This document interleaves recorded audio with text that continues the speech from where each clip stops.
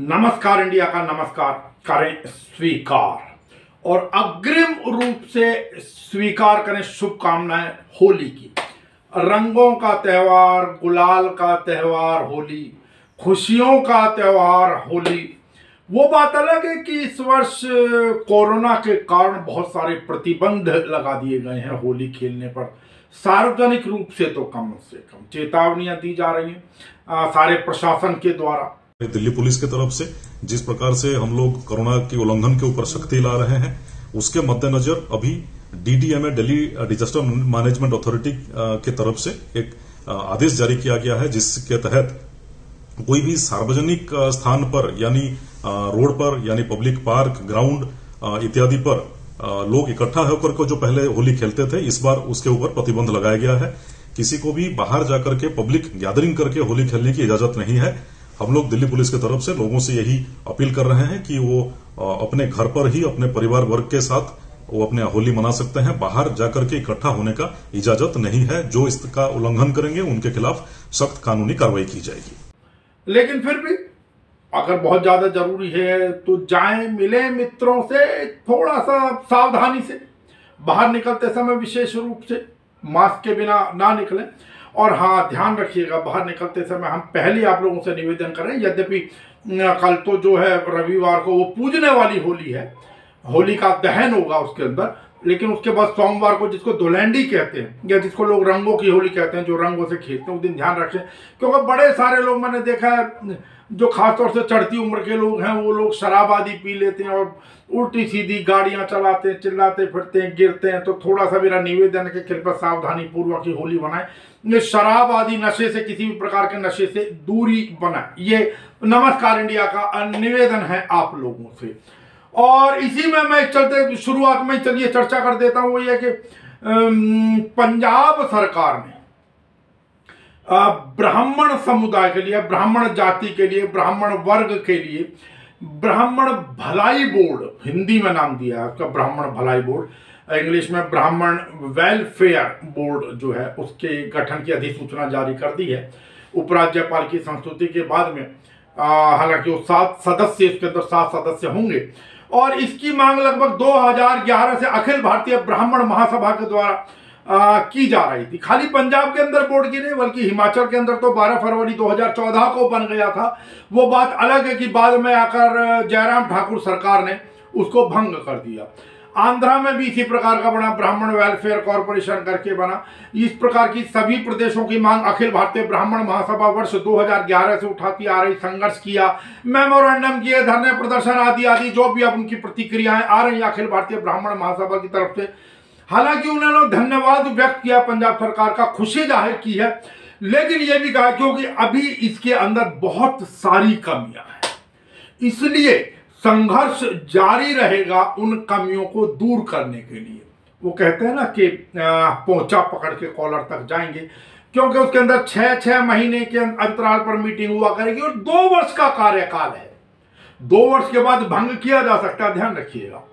और यद्यपि देखिए, सबसे बड़ी बात है कि प्रतिक्रियाएं आ रही हैं अखिल भारतीय ब्राह्मण महासभा और ब्राह्मण समाज के बाकी लोगों की ओर से, लेकिन कुछ लोग कभी कभी ऐसा कर देते हैं। एक और संगठन है, हम नाम नहीं लेंगे उनका, लेकिन उन्होंने उन्हीं का जो शिकायत आई है वो ये आई है कि उन्हीं की किन्हीं महिला ने उस संगठन और जो अखिल भारतीय ब्राह्मण महासभा ने जो एक धन्यवाद प्रस्ताव, जो भी अपना संदेश भेजा था, उसमें अखिल भारतीय ब्राह्मण महासभा को हटा के अपने संगठन का नाम लगा के एज इट इज, जैसे उसमें लिखा गया कि 2011 से संघर्षरत थे, तो इन्होंने भी 2011 कर दिया। उन्होंने जो भी कुछ भाषा, 10 वर्ष आदि आदि जो भी आगे संघर्ष होगा ये करेंगे। अब बात ये होती है कि ब्राह्मण समुदाय हो के भी कम से कम नकल करते हुए तो थोड़ी सी अकल का प्रयोग कर लिया जाता। बेहतर तो यह है कि जिस भी संगठन ने इसके लिए, हालांकि पूरे समाज का लाभ होना है, इसमें कोई दो राय नहीं है, लेकिन जिस भी संगठन ने इसके लिए संघर्ष किया, बेहतर होता बाकी लोग उसको एप्रिशिएट करते, बाकी संगठन भी, और आगे और साथ निभाने की बात करते।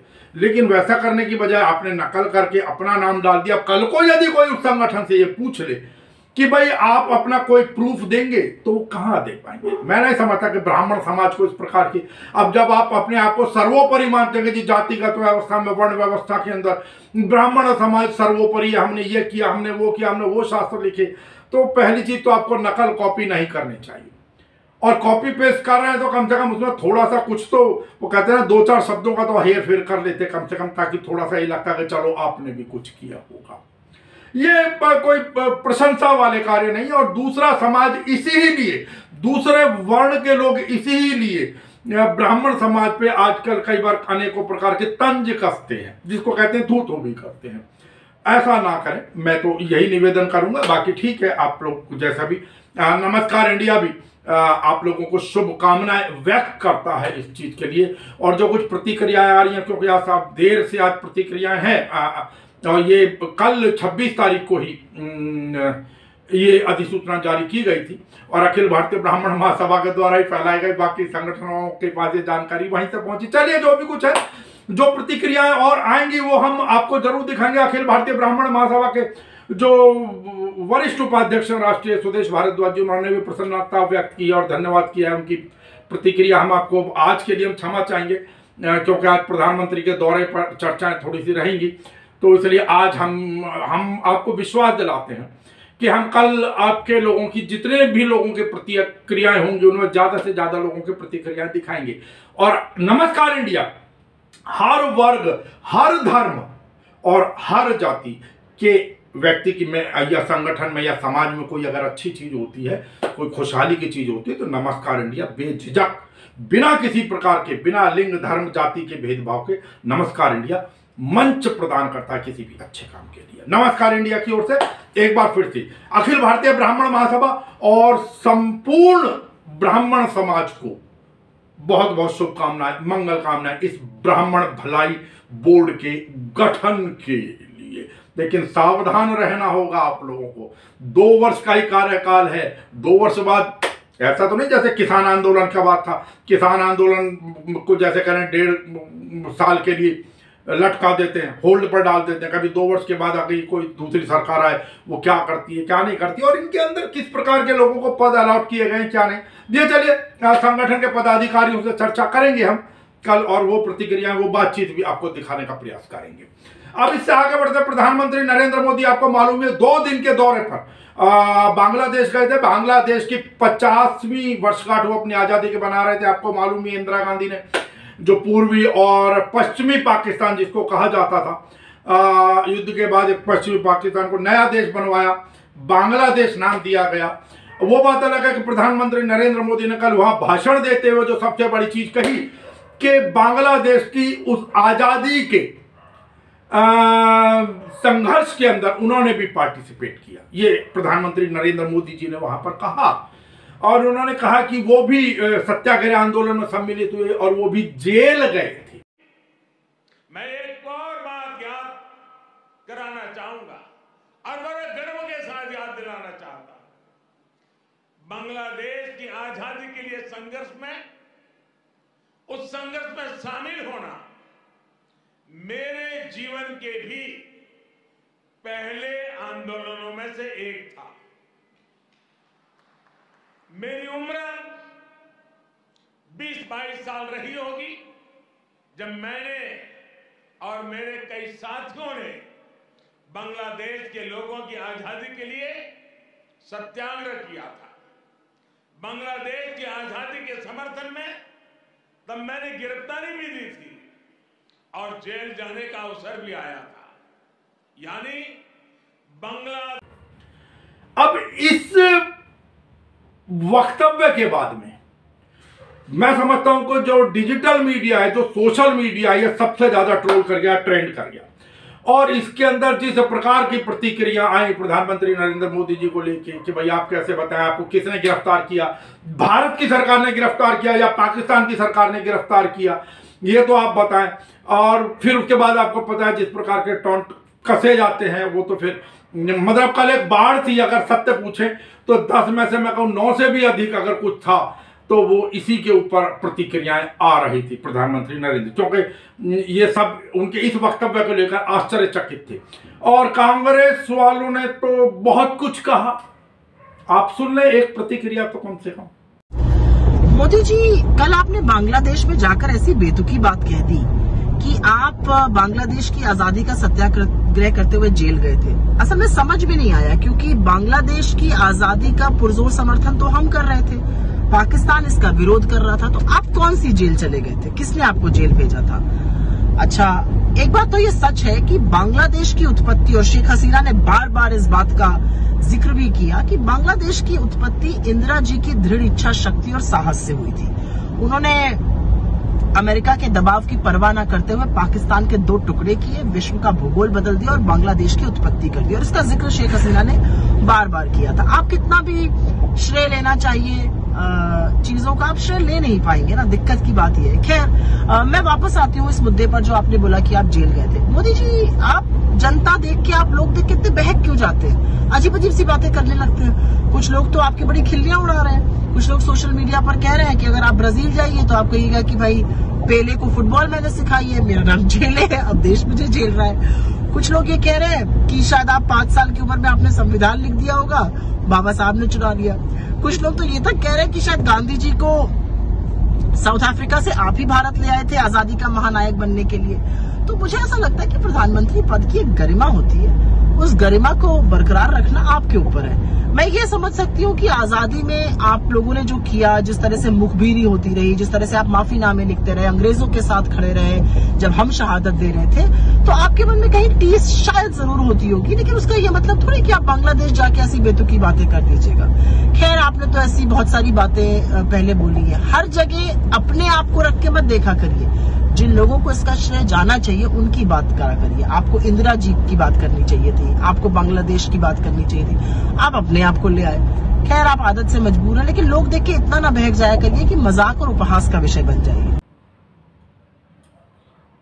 अब क्योंकि नरेंद्र मोदी जी हमारे देश के प्रधानमंत्री हैं और हम इसके ऊपर कोई बहुत ज्यादा जो भी उन्होंने कहा, और क्योंकि हमारे पास कोई ऐसी प्रमाणिकता नहीं है कि वो जेल गए थे अथवा नहीं गए थे, दोनों बातों पर हम कह रहे हैं, तो इसलिए इस विषय के ऊपर हम अभी अपनी तरफ से कोई और प्रतिक्रिया नहीं देना चाहेंगे।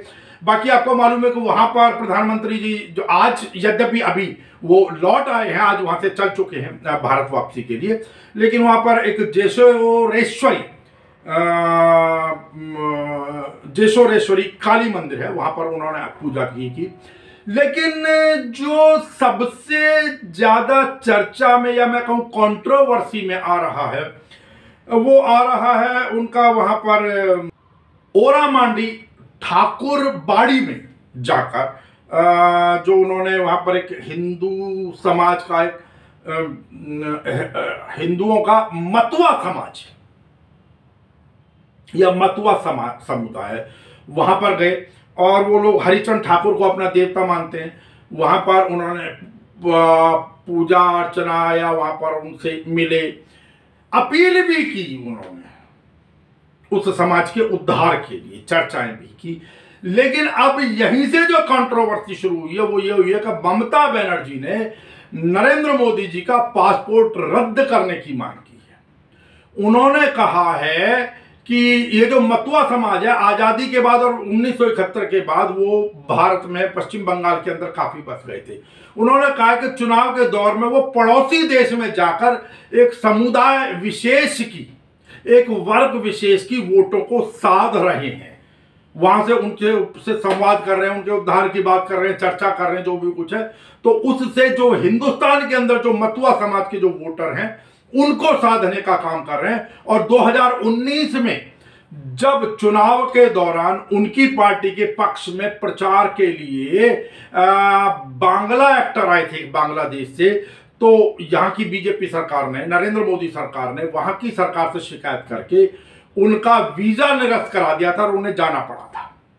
तो अब चुनाव के दौर के अंदर नरेंद्र मोदी वहां क्यों जा रहे हैं? ये चुनाव आचार संहिता का उल्लंघन है, ये चुनाव आयोग से शिकायत की जाएगी इस बात की, और नरेंद्र मोदी जी का पासपोर्ट रद्द करने की मांग की जाएगी, ये भी कहा है।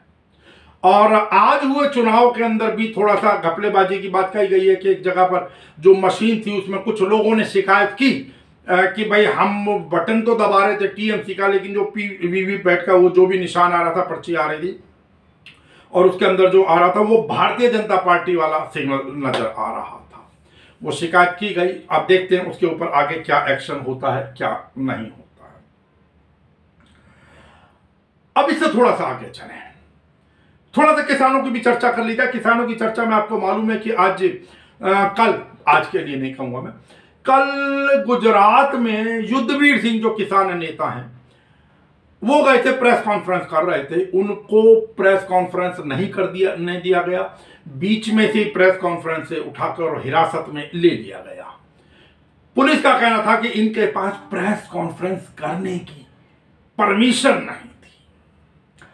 अब यह समझ नहीं आता कि जितनी भी और प्रेस कॉन्फ्रेंसेस होती हैं, क्या उनकी परमिशन ली जाती है? क्या युद्धवीर सिंह कोई अलगाववादी नेता है? क्या युद्धवीर सिंह देशद्रोही है? अब और मैं इससे आगे किन शब्दों का प्रयोग करूं?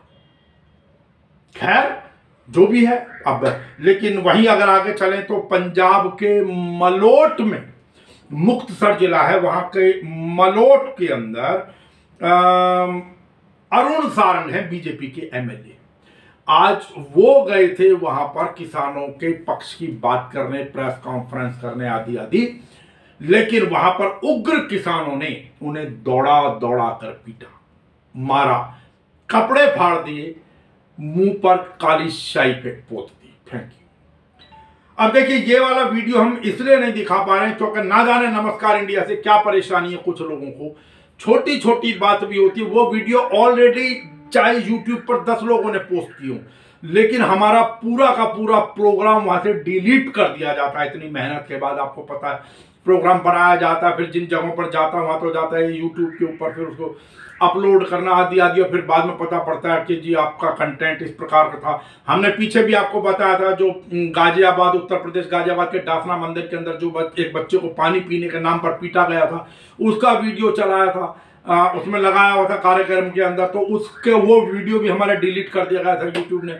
शुरुआत में हमें कई परेशानियां आई, अब पता नहीं कौन चाहने वाले लोग हैं जो हमसे ज्यादा प्यार करते होंगे, कोई बात नहीं। तो हमारा मन है कि हम ये वीडियो ना दिखाएं, कुछ एक दो आपको शॉर्ट पिक्चर्स दिखा देंगे। चलते चलते एक विदेशी खबर, म्यांमार के बारे में आपको मालूम है कि वहां पर संघर्ष चल रहा है इस समय, तख्ता पलट के बाद में।